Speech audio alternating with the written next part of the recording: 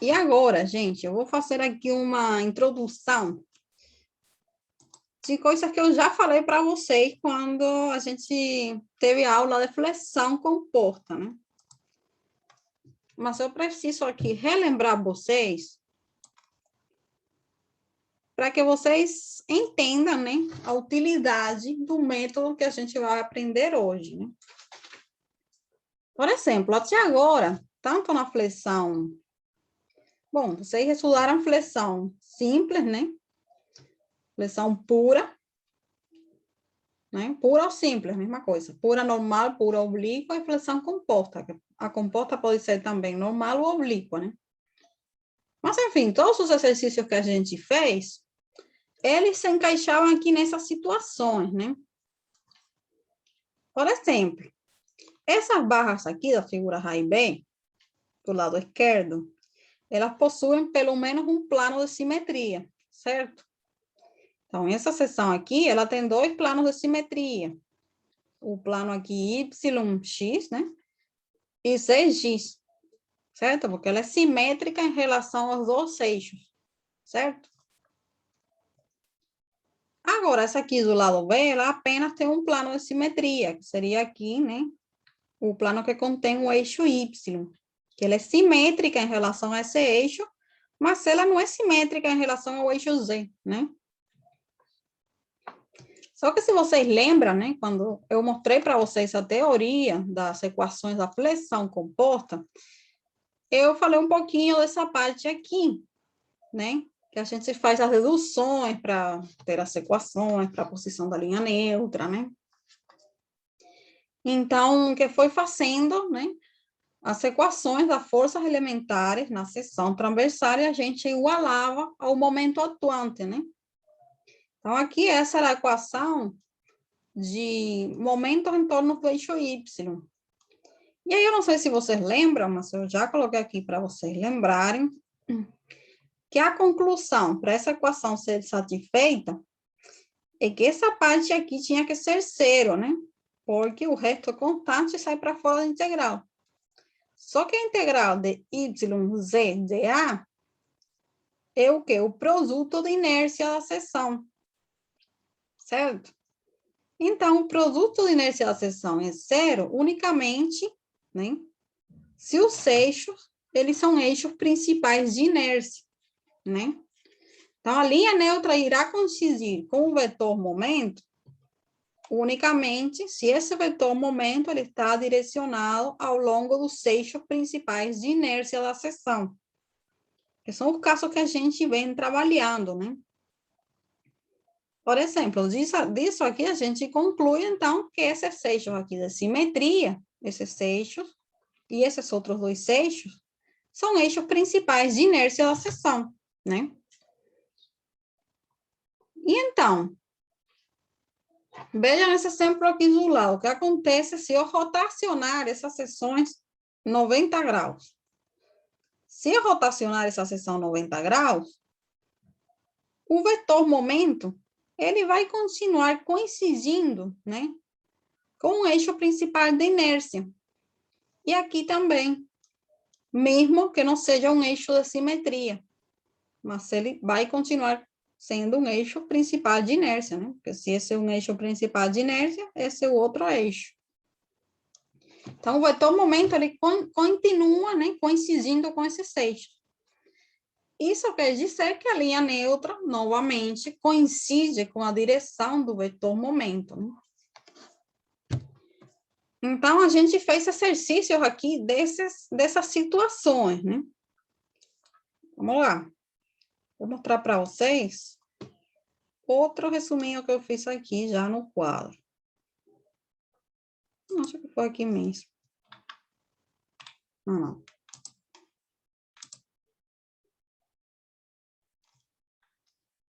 Então, por exemplo,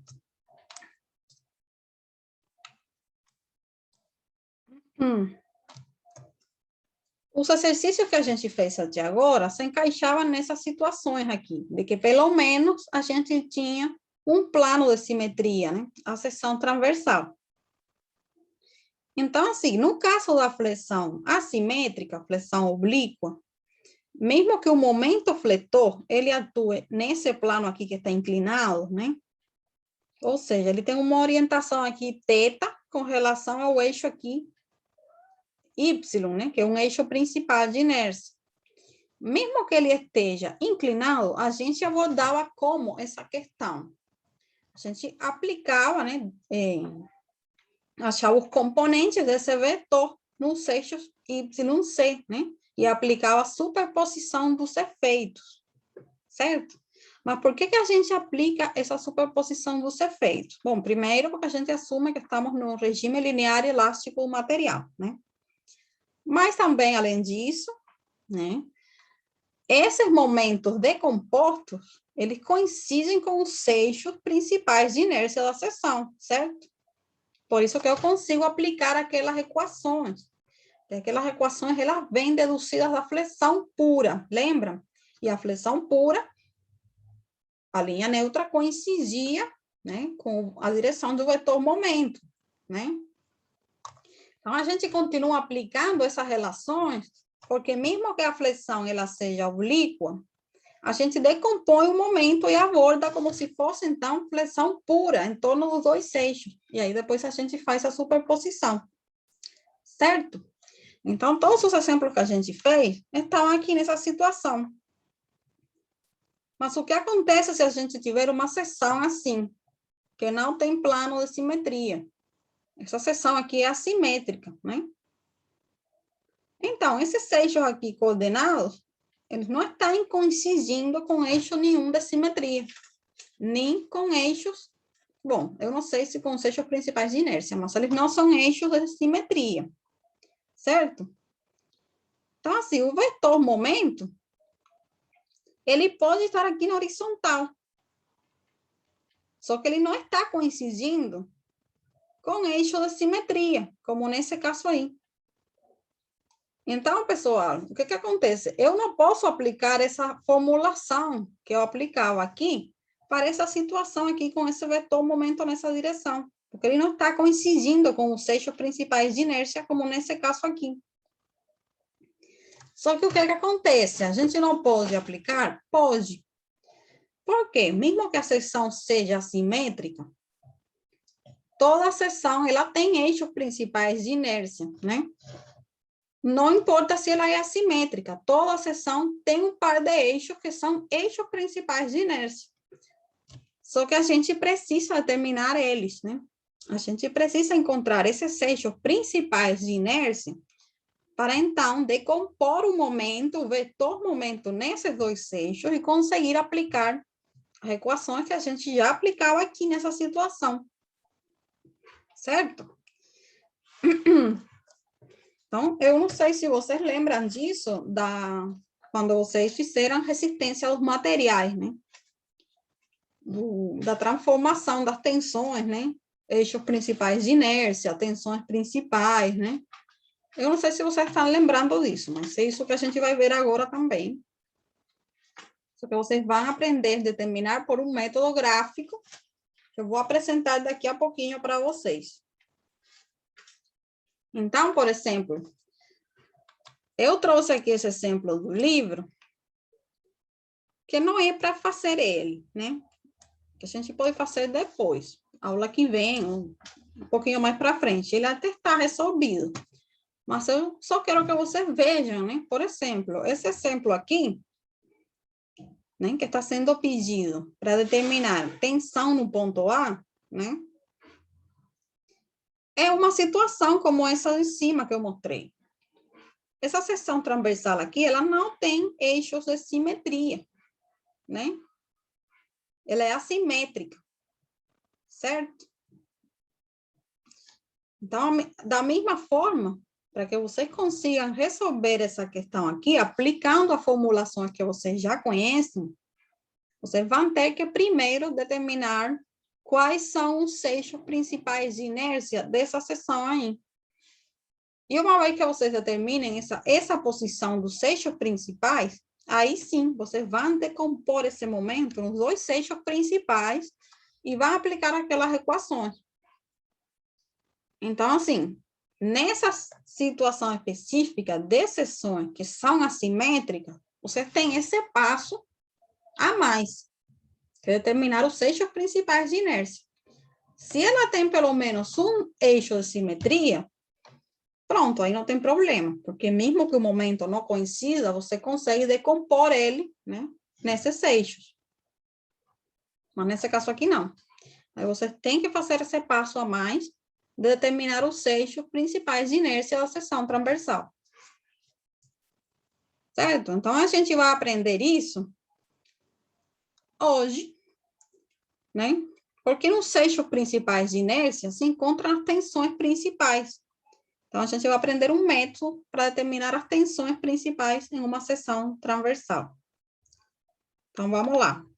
Essa introdução aqui é para que você saiba, né, diferenciar, né, uma seção simétrica de uma assimétrica, que vocês não podem diretamente sair aplicando aqui aquelas equações com o momento nesses eixos e da forma que ela está, né?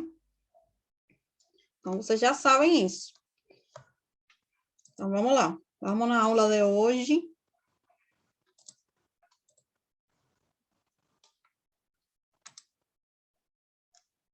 Bom, na segunda parte da aula de hoje, né? Então, vamos falar um pouquinho agora da transformação de tensões. Vocês estudaram isso aí em resistência aos materiais. Eu não sei se vocês lembram, mas devem lembrar alguma coisa. Mas mesmo assim, eu vou relembrar um pouco, né, dessa parte aí. E vocês vão aprender a aplicar o método que se conhece como círculo de Mohr, né? É um método gráfico para encontrar essas tensões principais em uma seção transversal. Então, vamos lá.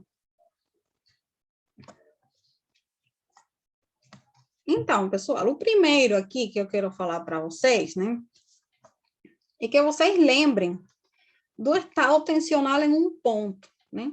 Isso aí foi conteúdo da resistência aos materiais, né? Não sei se vocês estão lembrando aqui do tensor de tensões, né? Que também é um tensor de Cauchy, como você conhece esse cubinho aqui, né?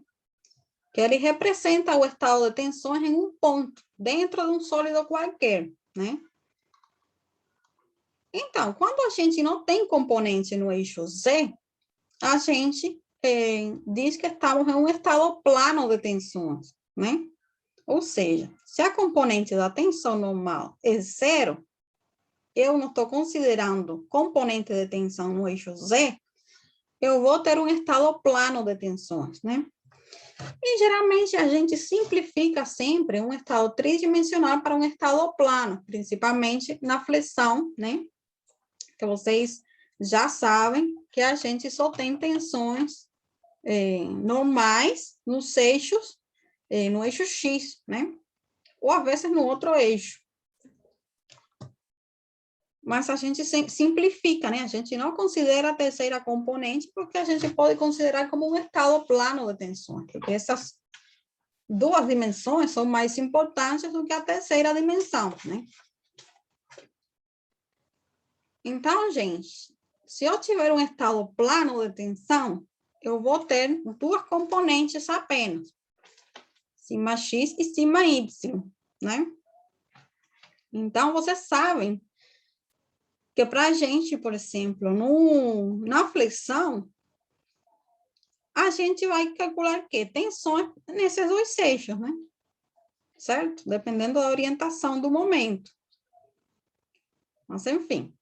E uma componente de tensão desse saliamento, né?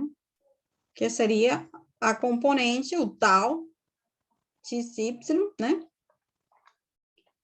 Então, a gente vai ter essas três tensões no estado plano de tensões, né? Que seria essa representação aqui. A gente já representa aqui uma seção, né? Eu tenho uma tensão aqui normal no eixo Y, né? Ou seja, um par iguais, né? E oposta, porque elas tracionam ou comprimem a seção. Mesma coisa aqui no eixo X. E a tensão aqui, esse saliamento, né? Então, aqui a gente tem uma representação já bidimensional, né? E como que eu fiz zero todas essas tensões na dimensão C e fiquei, então, com uma seção aqui plana, né? Apenas com o que está representado aqui. Certo? Então, vamos lá.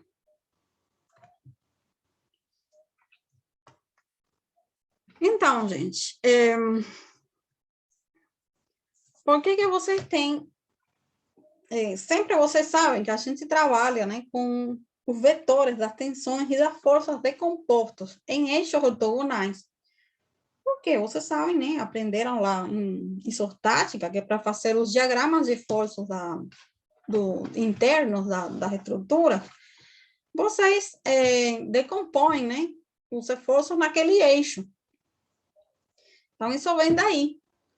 Mas a vida real não é só em um eixo x, y, horizontal e vertical. As tensões, elas têm componentes ao longo de todo o plano que ela está atuando, ou de toda, ou seja, 3 dimensões, se for um caso tridimensional. Vamos voltar aqui ao estado plano. Então, gente, se você conhece um estado tensional aqui nessa situação, né? Vocês conhecem os valores das tensões nessa situação aqui. E vocês rotacionarem aqui esse elemento infinitesimal, né? Esse cubinho, ele rotado. É lógico que a componente, ela vai mudar de valor, né? Porque esses componentes aqui, eles estão referenciados ao eixo XY. Se você gira um elemento, vai aparecer um componente aqui, né? Normal em outro eixo, girado, e outro componente aqui. Então, não importa quanto você gire. Para cada giro que você fizer, você vai ter componentes de tensão diferentes, né? Certo, gente? Então, para esse giro aqui, um giro θ, vai aparecer outras componentes distintas, com um valor diferente dessa que está aqui, né? Então, aqui foi chamado desses dois eixos girados, x' e y', né? E a direção de giro aqui é o ângulo θ. Lembrando, gente, que a gente vai considerar o ângulo sempre positivo quando ele está anti-horário, né? O sentido positivo dos ângulos é no giro anti-horário. Então, se for horário, a gente vai considerar negativo, né? É a convenção de sinais para os ângulos. Certo, pessoal? Então, beleza. Se a gente quiser determinar, então, essas tensões para uma orientação qualquer desse elemento aí, né? Para outros eixos quaisquer que não sejam esses que estão aqui representados. Bom, isso é o que a gente chama da transformação das tensões, que vocês também devem ter estudado já, né? Mas eu estou relembrando aqui. Então, vamos lá. Antes de passar para a dedução das coisas, né? Vamos falar aqui da convenção de sinais, que vocês também já conhecem um pouquinho. Então, vocês sabem que, assim, que as tensões normais, elas podem fazer duas coisas no sólido, né? No ponto que a gente está analisando. Ou elas tracionam, ou elas comprimem aquele elemento, né? Então, se elas estão assim, saindo, né? Então, para fora da face, a gente vai considerar positiva, porque elas estariam tracionando esse elemento aqui, né? Se elas estivessem entrando na face, então vão ser de compressão e a gente vai considerar negativa. Mas para a tensão desse salhamento, qual é a convenção de sinais? Bom, você vê que ela está aqui no sentido positivo. Se ela está se encontrando naquela... aqui no cantinho, né? Isso no cubinho seria uma aresta, né? Então, elas estão se encontrando aqui no ponto, né? Que corresponde à aresta do cubo, né? Elas estão se encontrando, certo? Então, se elas estão se encontrando aqui nesse canto direito, a gente vai considerar elas como positivas. Se elas estiverem se afastando, certo? Do cantinho aqui da seção, a gente vai considerar essa convenção como negativa. Certo? Só para ter uma convenção de sinais. Então, já sabemos que a tensão cisaliante, se ela se aproxima aí da aresta, vai ser positiva. Dessa aresta aqui direita, superior direita, tá? Observe o desenho aqui como que está. É da aresta aqui superior direita. Certo, gente? E, de novo, o ângulo está representado aqui, positivo, no sentido anti-horário. Certo? Então, vamos lá. Então, para determinar essas novas tensões, uma vez que a seção ela tenha sido rotacional, ou vamos supor, cortada, né? Se eu cortar essa seção, esse cubinho, vai aparecer uma componente aqui de tensão normal, né? Normal essa face aqui, certo? Você faz um ângulo aqui de 90 graus com essa face e vai aparecer outra tangencial aqui nessa mesma face, né? Certo, pessoal? Então, vamos lá. O que a gente tem aqui? Se a gente trabalhar, né? Como isso aqui é um elemento infinitesimal, a gente vai trabalhar aqui com elementos diferenciais. Então, isso aqui vai ter um diferencial de área, que a gente vai chamar essa área aqui como delta A, né? Diferencial de área aqui. Então, gente, calculando componentes também, se esse aqui é delta A, esse aqui vai ser delta A seno teta, né? E esse aqui delta A cosseno teta, certo? E o que é que eu vou ter aqui, então? A tensão normal, então, a essa face aqui, cortada, inclinada, certo? A força atuando aqui resultante vai ser a tensão pela área, né? Pelo diferencial de área. A tensão cisaliante, perdão, a força, então, aqui, que é cisaliante, vai ser a tensão cisaliante pelo diferencial de área. E a mesma coisa nas outras faces, né? Então, aqui está representadas as forças resultantes aí em cada face desse elemento. Certo? A força que são a tensão pela área, né? Não é mais do que isso que está representado aí. Então, o que a gente vai fazer é encontrar as equações para determinar essas tensões novas, né, nessa outra direção, em função das que eu já conhecia, né, dos primeiros eixos originais. E como é que isso é feito? Bom, pelo somatório de força também, né, estabelecendo o equilíbrio aí de forças. Então, o que foi feito aqui, gente, eu não quero que vocês, assim, façam todo esse desenvolvimento para chegar nessa equação, até porque isso já vocês também estudaram, né? E o que interessa é aplicar a equação no final, né? Mas, enfim, para que vocês relembrem aqui, ou aprendam, quem não viu, ou quem não lembra, da onde que sai isso aqui. Então, aplicando as equações de equilíbrio nesse elemento aqui infinitesimal, né? Somatório de forças no eixo x igual a zero, né? Vocês chegam, então, nessa equação aqui, certo? Isso aí é o desenvolvimento dessa equação, né?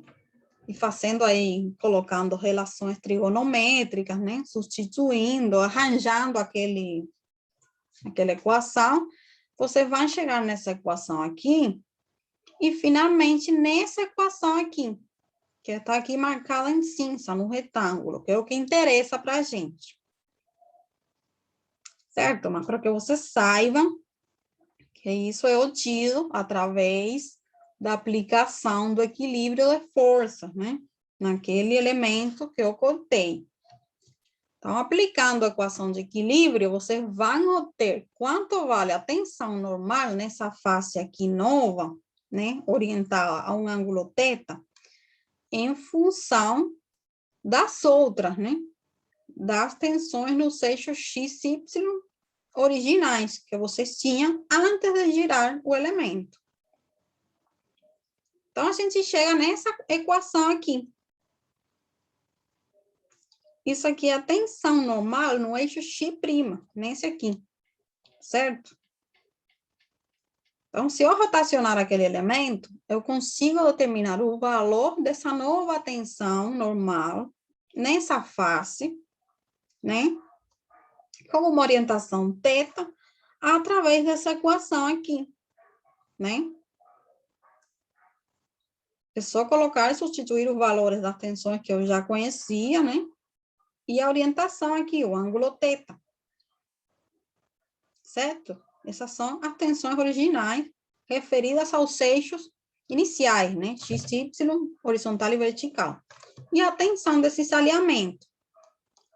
Certo? Então, lembrando que essa tensão aqui, nova, no eixo X', vocês conseguem determinar ela em função da que vocês já conheciam. Você tem que ter um estado de tensão que já é conhecido, né? Então, beleza. Da mesma forma, gente,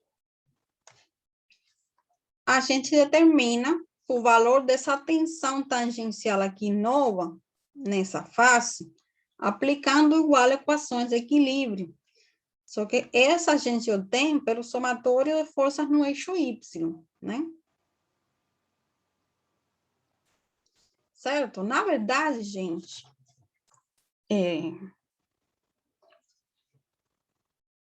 enfim, só vou fazer aqui um esclarecimento. Eu coloquei aqui somatório de forças no eixo Y, mas, na verdade, o somatório de forças ele é feito no eixo X' aqui, né? Que é o eixo da incógnita que eu tenho, né? Certo? Por quê? Porque as outras são conhecidas, né? Então, se eu fizer somatório de forças aqui no eixo X, horizontal, eu vou ter que decompor esse vetor aqui. E eu vou ficar com duas incógnitas. A mesma coisa para tangencial, certo? Mas se eu fizer o somatório nesse eixo girado, eu vou ter que decompor essas aqui. Mas essas aqui já são valores conhecidos. Então, os componentes são conhecidos e a única incógnita seria essa aqui. Certo? Então, só especificando isso aí. Na verdade, esse somatório é feito em relação a esses eixos girados, né? Porque senão a equação fica indeterminada, fica com incógnitas, aí vocês não conseguem determinar. Enfim, o que interessa é essa equação. E aqui é a mesma coisa, aqui o somatório de forças no eixo foi em relação ao eixo Y', né? Desse aqui, para ficar só com uma incógnita, que seria essa tensão aqui tangencial, que seria a que eu quero determinar, né? Mas da mesma forma, né? Aplicando o equilíbrio, né? A gente conhece já essas relações, né? Então, assim, vai ficar uma equação grande que vocês vão ir introduzindo aí essas relações trigonométricas para simplificar e deixar o menor possível, né? E a gente chega nessa equação aqui. Para tensões tangenciais naquela face, certo? Em função das tensões originais que eu tinha nos eixos horizontal e vertical. Beleza, pessoal? Então, isso faz o Beleza. equilíbrio. A equação, então, que calcula essas tensões é essa aí, então, né? Para calcular a tensão tangencial a uma orientação qualquer, você usaria essa equação aqui.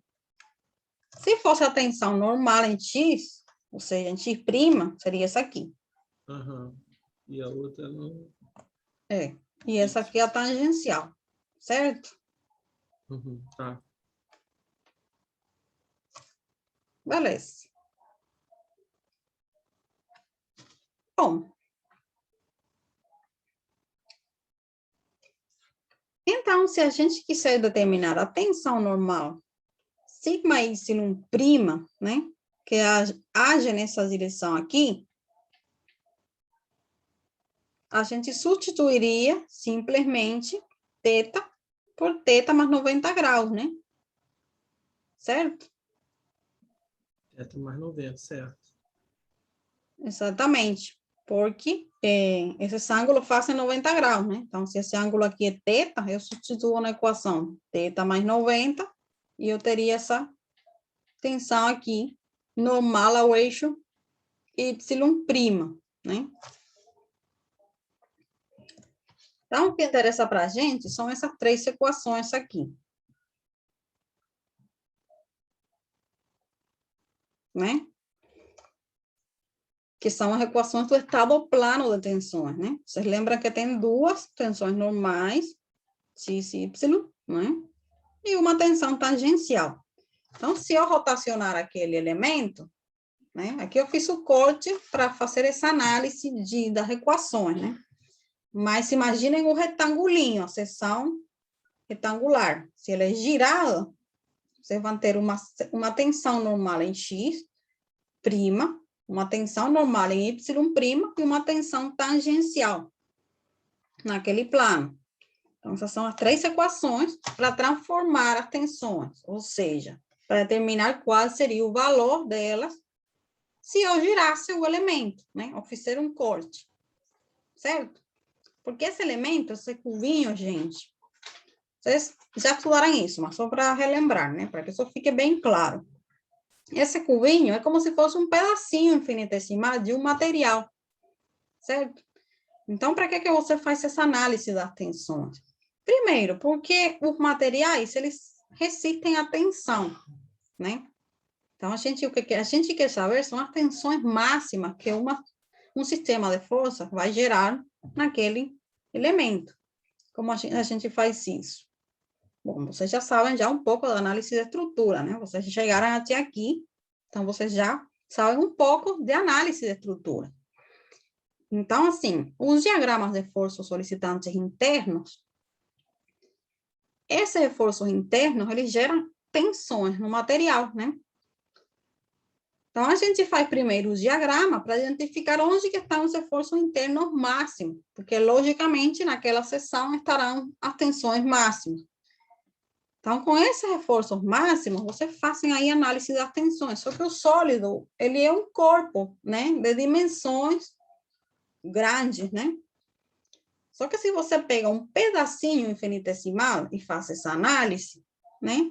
Como o material ele é o mesmo, você considera aí que essa análise está representando todo aquele sólido, né? Então, se você pega um pedacinho, né? Esse pedacinho, as tensões estão atuando em qualquer direção, que seria aquele cuvinho. Esse cuvinho não é mais do que uma representação para a gente conseguir representar em eixos, né? Ortogonais. Para a gente conseguir trabalhar, porque imagina a gente ter vetores em todas as direções. A gente não consegue desenvolver equações, porque fica tudo incógnita, né? Professora, Sim. essas resultantes que estão viradas para baixo, do eixo X, elas são negativas ou não? Essa Assim, aqui? essa aí, aquela aqui da esquerda aqui, ó. Não, então, lembra da convenção. Se elas estão saindo da face, elas são positivas. Mas isso reflete no resultado? Por exemplo, se eu for calcular uma dessas duas aí, ela vai dar negativa na conta? Ou eu tenho que colocar um negativo só para representar que ela está virada para baixo? Não, nesse caso aqui elas seriam positivas, né? Negativas seria se estivessem entrando, que seriam de compressão, certo? Mas essas equações aqui, Sim, elas se tá. aplicam a tudo, né? Eu entendi. É porque eu estava falando em relação ao eixo, né? Mas tudo bem, entendi. Bom, eu esqueci o que estava falando, mas era daquele elemento infinitesimal, né? Então, assim, ele tem tensões em todas as direções, só que a gente tem esse cuvinho, né? Que seria o tensor de Cauchy, porque ele é um método para a gente ter eixos ortogonais e trabalhar, então, conhecer as tensões nesses eixos, né? Como mesmo você faz em os diagramas de força solicitante, que a gente usa eixos ortogonais, né? Você poderia fazer diagrama em relação a qualquer eixo, só que aí, né? A gente sempre estabelece uma forma prática de trabalhar, senão fica uma maluquice, né? Então, esse cuvinho é para ter uma representação de um ponto no espaço daquele material. Só que essas tensões que estão lá, nas direções ortogonais, né, que para a gente são ortogonais, assim, a minha horizontal e a minha vertical, que é o que vocês veem ali, não quer dizer que as tensões máximas estão naquela direção ali. certo? As tensões máximas podem ter outra orientação. Aquelas são as que você usa para representar, certo? Mas as tensões máximas podem estar orientadas diferente. E a gente quer saber as tensões máximas no elemento, no sólido, né? Então, beleza. Então, por isso a gente chegou aqui nessas equações, que a gente consegue determinar o valor das tensões, né? Conhecidas essas tensões nos eixos ortogonais, vocês podem determinar qual o valor teriam elas para qualquer ângulo, né? Para qualquer direção. Aplicando essas equações aqui, que já relacionam aquelas nos eixos ortogonais com as que estão em um eixo geral, certo? Então, essas são as equações de transformação das tensões. Isso aí, gente, é resistência aos materiais, né? Vocês lembram disso? Vocês devem ter estudado isso aí já.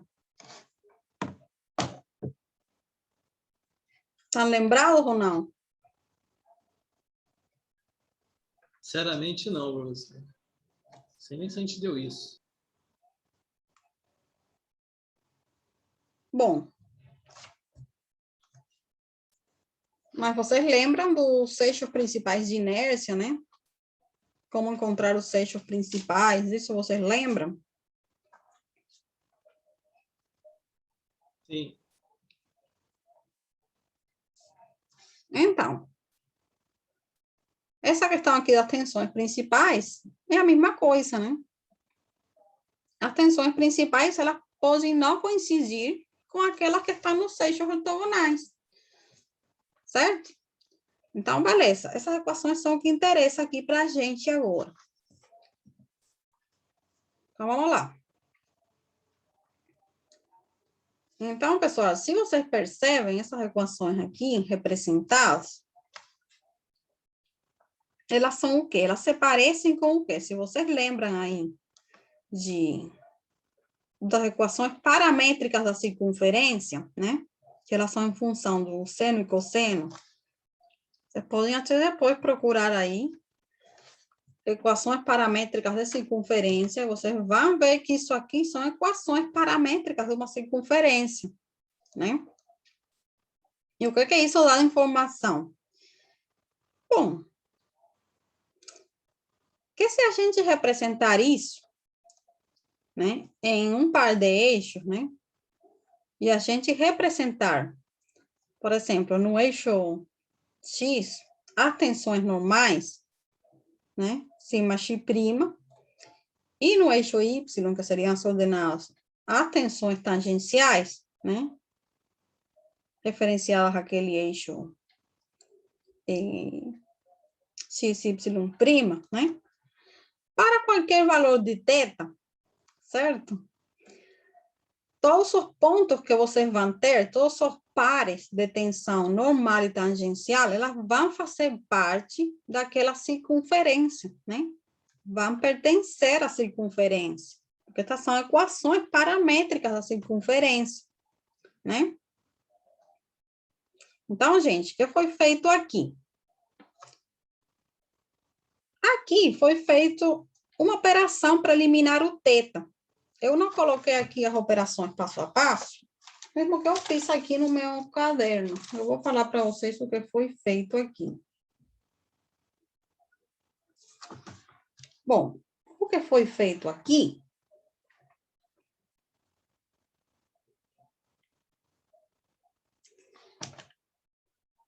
Deixa eu ver se eu encontro o que foi feito. O que foi feito foi passar essa parcela aqui para o outro lado, né?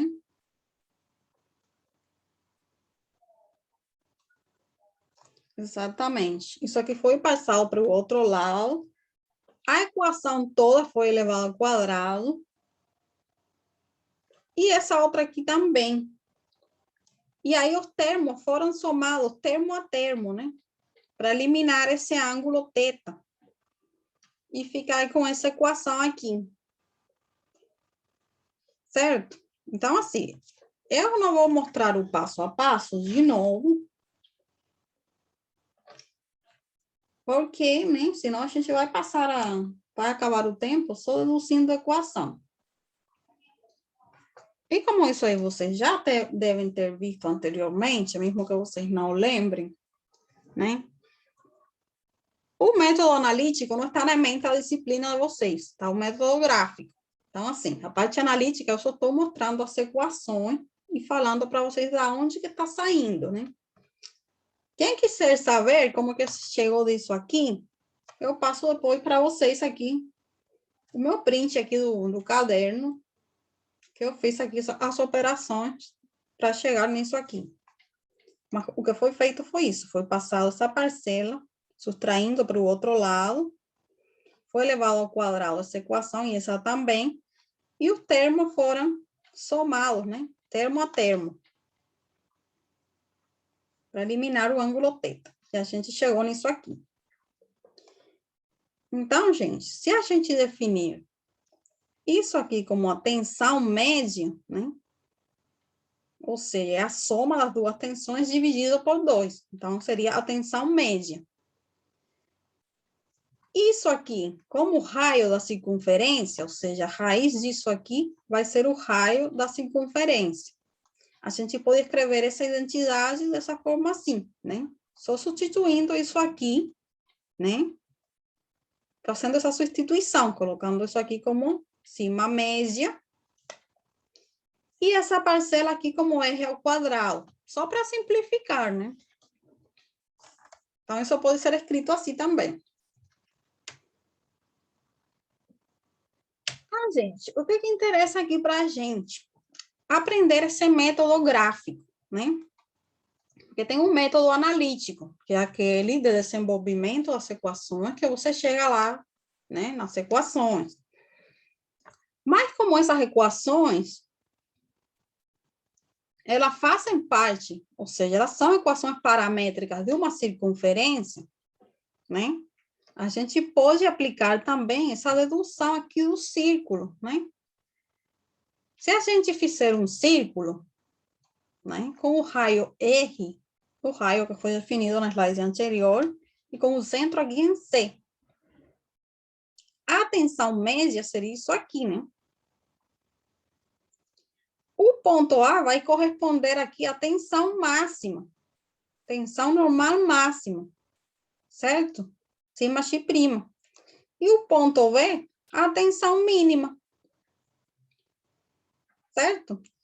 Ao mesmo tempo, como esses dois, ou seja, esses dois pontos, eles estão aqui no eixo das abscissas, né? Eles estão correspondendo aqui à tensão tangencial zero, né? Nula. Certo? Então, assim, se eu quiser determinar esse ângulo, essa orientação das tensões principais, que são as tensões máximas e mínimas, né? A gente vai definir esse ângulo, vai chamar como θP. O P é de principal, né? Para encontrar a direção desse plano principal. Certo? Desse parâmetro θ, que pode estar em qualquer direção, só que a gente vai encontrar uma direção tal que aquele seja o plano que contém as tensões principais, certo? Ou seja, que são as tensões máximas e mínimas, que são as que interessam para a gente. Certo, gente? Então, se a gente quiser encontrar essa orientação, a gente substitui, então, tensão tangencial zero na equação, né? Nessa equação aqui. Certo? E aí, vocês isolando, então, o ângulo, né? Vocês vão chegar nessa equação aqui para determinar a orientação dos planos principais, né? Essa equaçãozinha aqui, ela já vai dar para vocês qual é essa orientação. Certo? Então, isso sai de fazer na equação tensão tangencial igual a zero. Então, de novo, essas equações aqui são as que interessam agora para a gente, né? Já você tem essa equação. O resultado aí é um ângulo? É, a tangente de 2θ, né? θP, vai ser isso aqui. Aí você encontra θP, né? Certo? Certo. Então, vamos lá. Então, gente, observem aqui o seguinte. Essa equação, ela vai definir dois valores de θp, né? Ou seja, por quê? Porque a gente não falou que era uma circunferência. Então, uma circunferência, você tem o seguinte, né? Vamos lá.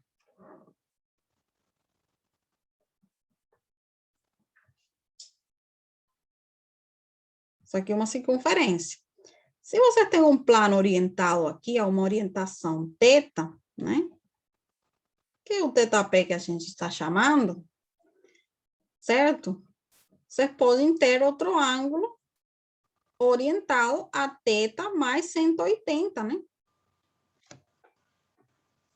Certo?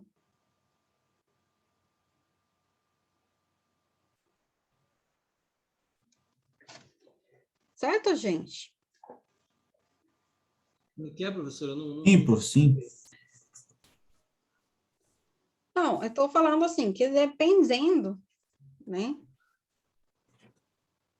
Você pode ter esse ângulo aqui, θp. Vamos lá.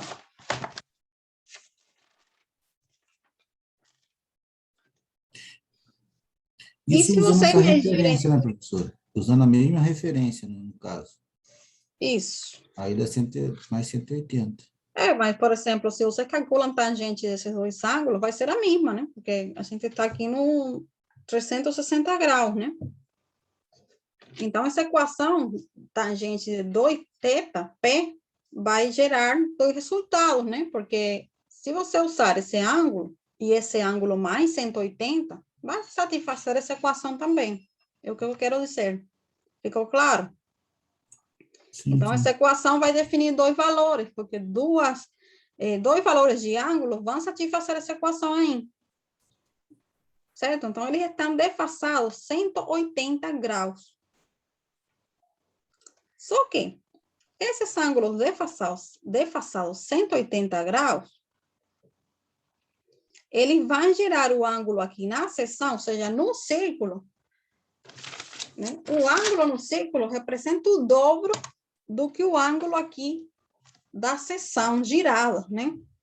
Então, se esses dois ângulos aqui vão estar defasados 180, esses aqui vão estar defasados 90 graus. θp aqui e θp aqui, né? Vocês vão ver agora mais para frente de novo por que isso acontece. Mas isso sai das equações, tá? Porque o que você está representando no círculo, né? É uma representação disso aqui, só que por um método gráfico, por um círculo, né? Então, vocês vão perceber que para calcular esse ângulo no círculo, ele está representando, ou seja, essa aqui é a metade daquele medido lá. Então, por isso, se esse ângulo aqui está defasado 180, aqui ele vai estar defasado 90. Ou seja, o θp aqui vai me dar a posição desse eixo X'. Mas o θp mais 90 vai dar a posição do eixo Y'. Certo? Isso que interessa que vocês aprendam aqui. Beleza? E então, dessa forma, né? Quando a gente determina, né? Dessa forma, esse ângulo θp, né? A gente encontra esses chamados planos principais de tensão, né? Do ponto aqui, né? Ponto Q, que foi o que está representado aqui na figura. E os valores correspondentes, eles vão ser, então, as tensões máximas e mínimas. Tensões normais, máximas e mínimas, né? Que atuam aí nesse plano. Que seriam as tensões principais. Que são as que interessam para a gente. A gente quer encontrar tensões máximas e mínimas, certo? E para isso a gente também, né? Como a tensão máxima, ela é a tensão média mais o raio, você vê aqui a circunferência, ela é a tensão média mais o raio.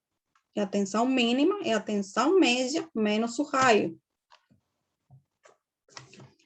Certo? Então, a gente consegue substituir na equação da determinação das tensões, né? De forma geral, né? O mais menos aqui. Se eu quiser determinar a tensão máxima, eu uso mais. Se for a mínima, eu uso menos, né? E essa equação, então, pode ser aplicada para encontrar as tensões principais.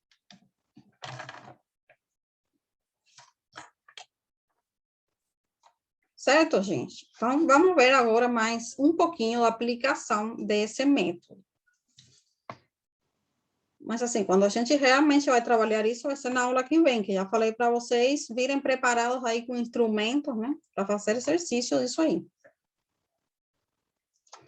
Então, gente, vocês já viram aqui na circunferência, você pensou, que as tensões máximas normais, né? Se elas estão representadas aqui na abscissa, elas estão, né? Sobre o eixo da abscissa. Então, elas correspondem à tensão tangencial nula.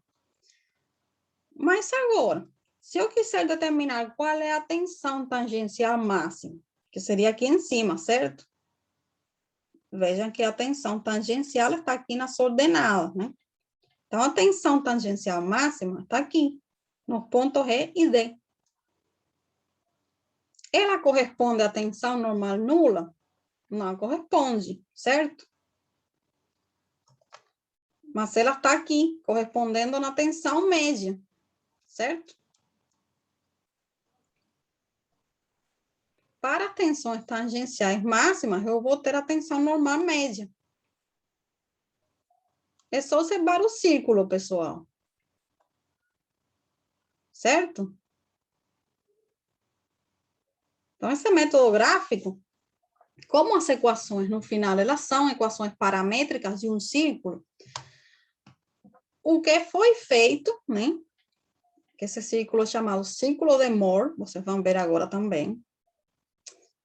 O que foi feito foi representar isso de forma gráfica, que permite visualizar mais fácil, né?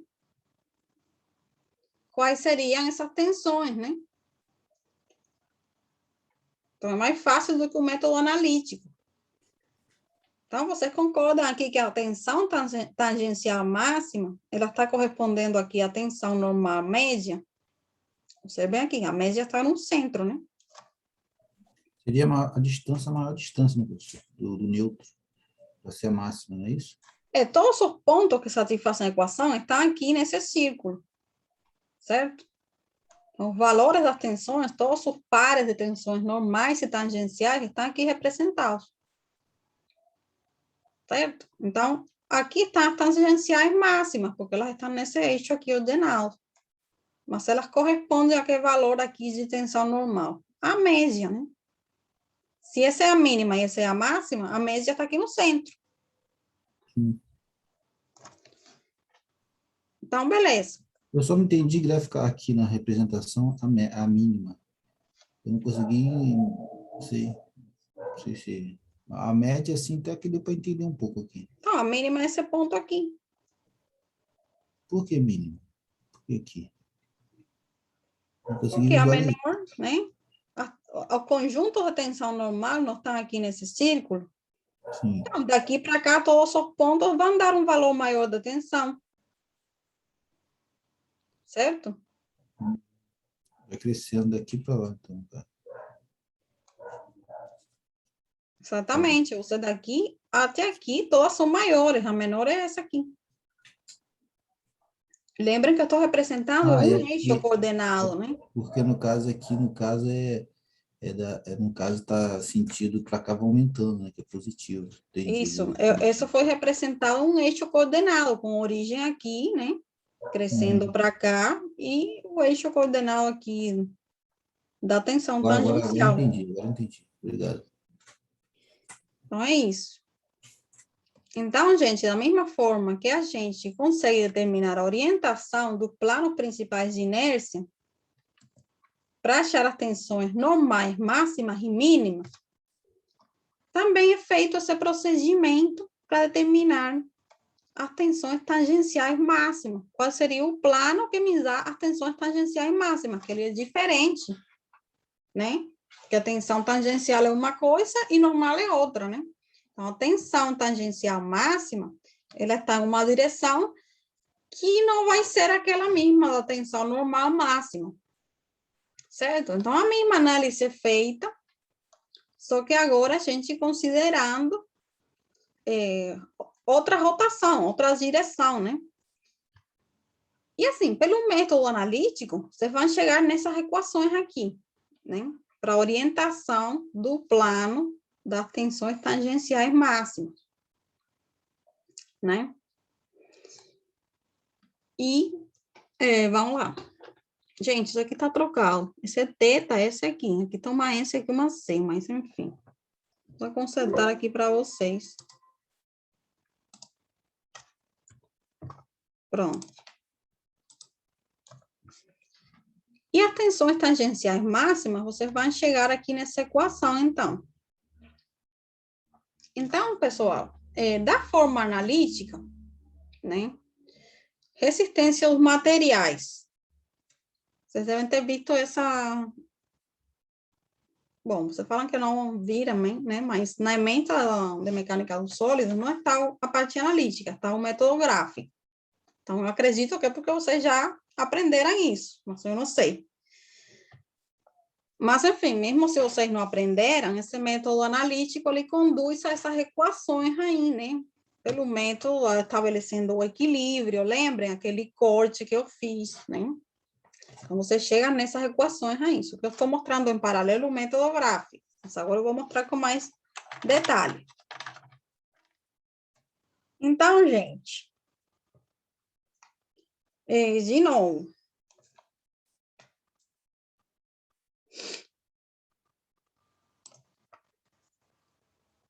Já isso aqui falei para vocês, né? Que a tensão normal que corresponde à tensão tangencial máxima seria a tensão média, né? Isso aí já falei para vocês. Então, esse exemplo aqui, ele está no livro. Mas aqui são aplicadas essas equações, né? Para determinar o plano principais, as tensões principais e a tensão desse salhamento máximo com a tensão normal correspondente. Então, o que eu vou fazer aqui? Vocês podem ver a resolução no livro, esse é um exemplo aqui resolvido, tá? Mas o que foi feito foi aplicar aquelas equações, né? Então, só vou mostrar para vocês, porque não é o objetivo fazer pelo método analítico, mas só para mostrar para vocês, né?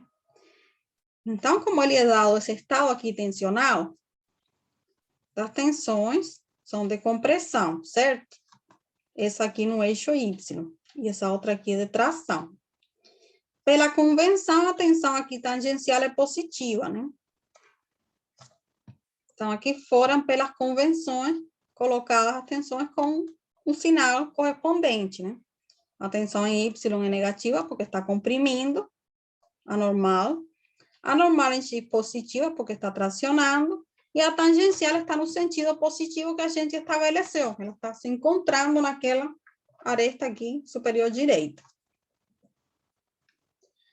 Então, o que foi feito? Substituir na equação para encontrar a orientação dos planos principais, né? Das tensões principais. Essa equação que eu apresentei para vocês, de 2 vezes θP, né? Que está lá atrás. Foi feita a substituição, né? Então, como isso aqui gera duas soluções, duas possibilidades de ângulo 2θP, defasado 180 graus, né? Aí, vocês depois é só dividir esses ângulos na metade, né? O que quer dizer isso? Que eu vou ter um ângulo θP, aqui que vai encontrar esse primeiro eixo em 26,6, e para eu encontrar o eixo perpendicular, vai ser esse aqui, que seria θP mais 90. Seria o ângulo até o eixo aqui vertical. Certo? Então, aqui, tensões principais. Foram aplicadas essas equações que eu mostrei para vocês também. Aí só encontrar a tensão máxima e a tensão mínima. Só que como eu sei qual é a máxima e qual é a mínima, né? A máxima ou a mínima podem estar aqui, ou nesse eixo ou nesse eixo. Então, nesse caso aqui, às vezes vocês sabem por simples impressão, mas se vocês não souberem, vocês avaliam aqui na equação da tensão, né? Você avalia aqui para cima em x', certo? Colocando já a orientação que vocês calcularam. E essa aqui deu a tensão de 70. Então, 70 é a tensão máxima. Então, já vocês sabem que a tensão máxima está nesse eixo aí. E a mínima, então, estaria no outro que está ortogonal. Enfim, esse aqui é um exemplo para o método analítico, aplicando aquelas equações. Certo? Mas isso a gente pode resolver também pelo método gráfico, né? Bom, essa parte aqui é referente à tensão desse salhamento máximo, né? Que também foi aplicando as equações, né? Encontrando aquela orientação, né? E a gente chegou, então, nessa orientação para as tensões tangenciais máximas e a correspondente tensão normal naquele plano, que seria a tensão média, que foi aplicada também a equação, certo? Então, só foi aplicar aqui a equação da tensão tangencial máxima, né? Vocês também têm uma equação para determinar o ângulo, né? O θz. Certo? E aí, vocês depois calculam a tensão normal correspondente àquela orientação e desenhariam isso aqui. Esse aí é o método analítico. Certo? Mas o que interessa para a gente agora é aprender o método gráfico, que é o círculo de Mohr, que é aquela circunferência. O que o Mohr percebeu, né? Primeiro, o Mohr, ele era um engenheiro, né? Alemão. E ele percebeu que essas equações eram equações paramétricas de uma circunferência. Então, ele rapidamente, né, percebeu que isso poderia, graficamente, né, ser determinado por um método gráfico que é muito mais simples do que o método analítico. Então, esse método gráfico, ele é mais simplificado, né? Ele não requer o uso dessa fórmula, né? É só um método gráfico para deduzir e para encontrar esses planos de tensões principais, certo? Mas esse engenheiro Otto Mohr, ele percebeu isso observando que as equações eram equações paramétricas de uma circunferência. Então, todos os pares de tensão normal e tangencial estariam naquele círculo, certo? Pertencem ao círculo. E aí, ele criou esse método gráfico para determinar de forma mais simples as tensões principais, né? Isso que a gente vai aprender aqui na disciplina, determinar essas tensões pelo método de Mohr, do círculo de Mohr, certo? Por isso que eu pedi para vocês, aula que vem, trazerem compasso, transferidor, régua, papel, né? Para vocês fazerem aí o exercício junto comigo, ou vocês fazerem sozinhos e depois a gente confere aí. Então, gente, em que consiste esse método, o círculo de Mohr, para estado plano de tensão? Bom, eu coloquei aqui só o desenho, mas o passo a passo, eu coloquei aqui.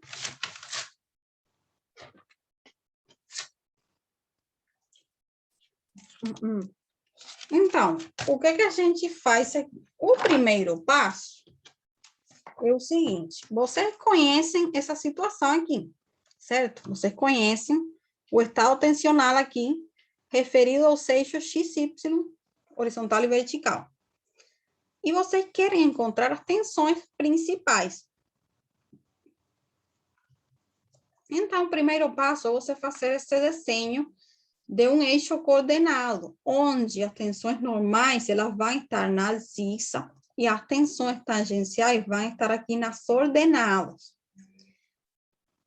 O primeiro passo é conseguir aqui representar esses pontos X, Y, que estão aqui representados no círculo. O ponto X, ele tem coordenadas cima X, o valor da cima X que você tem aqui conhecida, menos tal XY, que é o valor da tensão tangencial. Então, ele vai vir para baixo, porque menos tal, vem para baixo. E o ponto Y, ele vai ter coordenadas cima Y, que é a tensão normal aqui, que vocês já conhecem o valor, né? Mais tal XY, ou seja, ele tem esse valor aqui no eixo sigma e um valor para cima aqui no eixo tal. Esse é o primeiro ponto, o primeiro passo. Segundo passo, gente, vocês vão tracejar aqui uma reta, uma linha, unindo esses dois pontos, certo? E essa linha, ela vai cortar aqui o eixo sigma da tensão normal, num ponto. Nesse ponto que ela corta, ele vai definir o centro da circunferência, certo?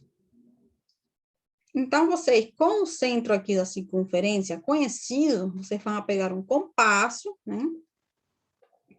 Vocês já conhecem o raio, e vocês vão fazer esse círculo aqui.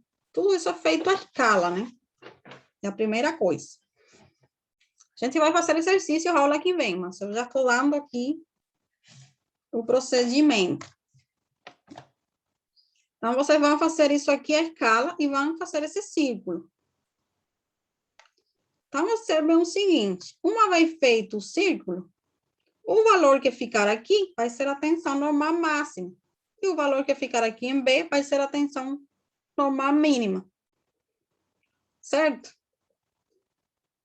Então, se vocês observam esse ângulo aqui, né? A tangente desse ângulo vai ser quem? Vai ser esse tal XY, né? Que divide esse pedacinho aqui. Que esse pedacinho aqui não é mais do que cima X menos cima Y, né? São as coordenadas aqui no eixo sigma, dividido por 2. Que é esse trechinho aqui que está representado, gente. Certo? Então, vamos lá. A tangente de 2θ, P, vai ser o quê? O tal XY, que divide 1/2 de cima X menos cima Y, certo? E essa equação vocês já, pelo método analítico, eu já mostrei para vocês. Vocês não viram a dedução dela, mas ela sai também de equilíbrio de forças pelo método analítico, né? Então, esse 2 passa para cá acima, né? Que foi a equação que eu mostrei para vocês. É a mesma coisa. Só que, gente, observem só. A tensão média vai ser isso aqui também. Certo? Isso aqui é a minha tensão média. Então, vocês vão ter o valor da tensão média aí no centro do círculo.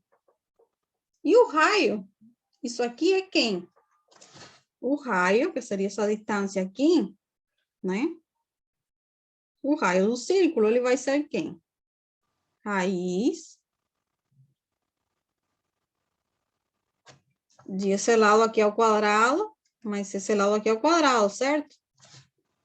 Então, seria raiz de tal XY elevado ao quadrado, mais 1/2 cima X menos cima Y. Tudo isso também elevado ao quadrado.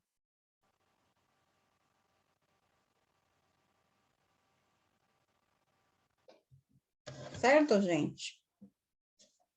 Então, seria o raio, que também vocês viram a equação anteriormente. Mas, enfim, isso sai daqui da análise do círculo também. Beleza?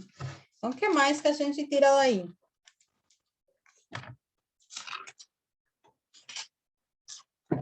Bom. Vamos lá. rapidinho aqui já para concluir essa parte.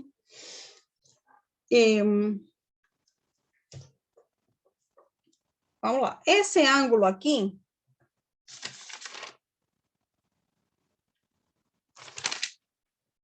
só ver o que eu representei aqui, foi esse aqui, 2θp.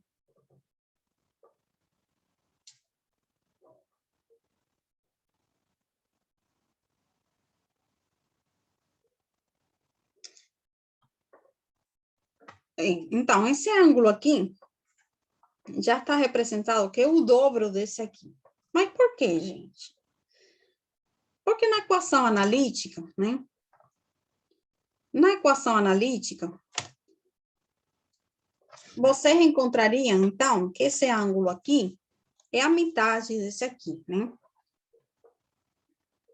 Então, pelo método gráfico, quando vocês medem esse ângulo aqui, vocês têm que já saber que esse aqui é o dobro desse aqui, certo? Então, isso aí tem que tomar cuidado nesse detalhe aí que só vez se confunde. O ângulo que você calcula aqui no círculo, ele é o dobro desse aqui do giro da seção, né? Então, prestar atenção nesse detalhe aí. Certo? O que mais? Beleza. E para determinar, então, as tensões tangenciais máximas e a orientação do plano no quais elas se encontram, a gente usa também esse círculo, né? Então, vamos supor que agora eu coloquei esses dois pontos, X' e Y', né? Que ele tem quais coordenadas? Uma coordenada também de tensão normal e tangencial, né? Só que para eu encontrar o valor, a orientação, né, desse plano, que contém as tensões tangenciais máximas, né? Ele vai estar orientado a um ângulo aqui que vai ser o dobro do que esse ângulo aqui. Certo? Ele vai ser o dobro desse ângulo aqui. Então, gente, observem o seguinte aqui. Vamos lá. As tensões, vocês já viram, que aqui não está representado, mas vocês já viram naquele outro círculo, que as tensões normais máximas, elas estão aqui nesse ponto, né? E elas correspondem à tensão desse salhamento nula, que eles estão sobre o eixo. Agora, a tensão desse salhamento máxima, que ela vai estar aqui no topo, né? Certo? Ela vai estar aqui no topo. Essa aqui vai ser a tal máxima. Elas correspondem aqui à tensão média. Só que observem aqui, que ângulo que eu tenho aqui? Não é 90 graus?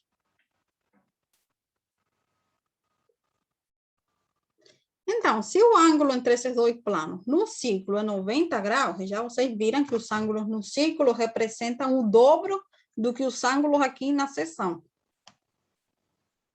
O que quer dizer isso? Quer dizer que na seção é 180? Não, a metade, 45 graus. É ao contrário, isso, 45. Quer dizer que esses planos que contêm as tensões normais, ou seja, máximas e as tensões tangenciais máximas, eles estão a 45 graus. Isso o que quer dizer isso? Isso vocês já podem, assim, decorar, porque isso não tem outra alternativa, né? As tensões normais máximas, elas vão estar em um plano que está a 45 graus das tensões tangenciais máximas, né? Então, isso já é um fato. Certo? Então, isso aí é o último detalhe por hoje, gente. Esse método, eu introduzi aqui uma forma teórica, né? É lógico que você, para fazer isso, você tem que fazer um exercício agora, que a gente vai fazer aula que vem, já com o passo a passo, no quadro, né? E eu quero que vocês tragam esses implementos, né? Esses utensílios aí para que vocês façam, né? Porque não adianta aqui eu explicar. Se vocês não façam no papel, vocês não vão aprender. Professor, essa última parte eu não entendi, essa de 45 que a senhora explicou. Oi? Essa última parte eu não consegui entender. Fica 45 no normal. Então, porque os ângulos que a gente está medindo aqui, eles são o dobro do que a gente tem aqui na realidade, na rotação da seção, né? Os ângulos que a gente mede no círculo, eles são o dobro do que eu tenho aqui na seção. Então, se as tensões normais máximas, elas estão aqui sobre o eixo, né? Uhum. Ou seja, elas correspondem à tensão tangencial zero. A tensão tangencial máxima, ela está aqui, né? Na parte mais alta aqui do círculo, que corresponderia à tensão normal média, que estaria no centro do círculo. Então, esses dois planos aí, eles não estão fazendo 90 graus? Sim.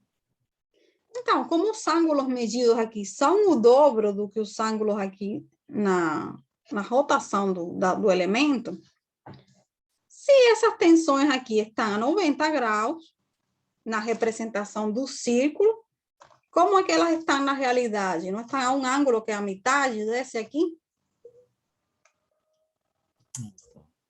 Isso vai ser sempre assim? Oi? Isso vai ser sempre assim, nesse...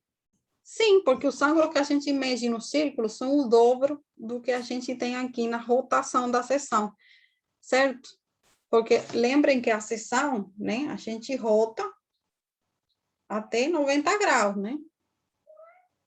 Ou até 180 graus. Só que a gente está representando um círculo. Então, todos os pontos que a gente está representando, eles pertencem a esse círculo. Então, os ângulos que eu estou medindo aqui na circunferência, eles são o dobro do que eu estou rotacionando aqui na seção. Tá. Isso é assim, gente. Né? Tá bom, obrigado, professor. Tem isso sai das equações, né? As equações são equações paramétricas de um círculo, certo? Então, isso sai das equações, né? Mas vocês estão representando aqui uma circunferência.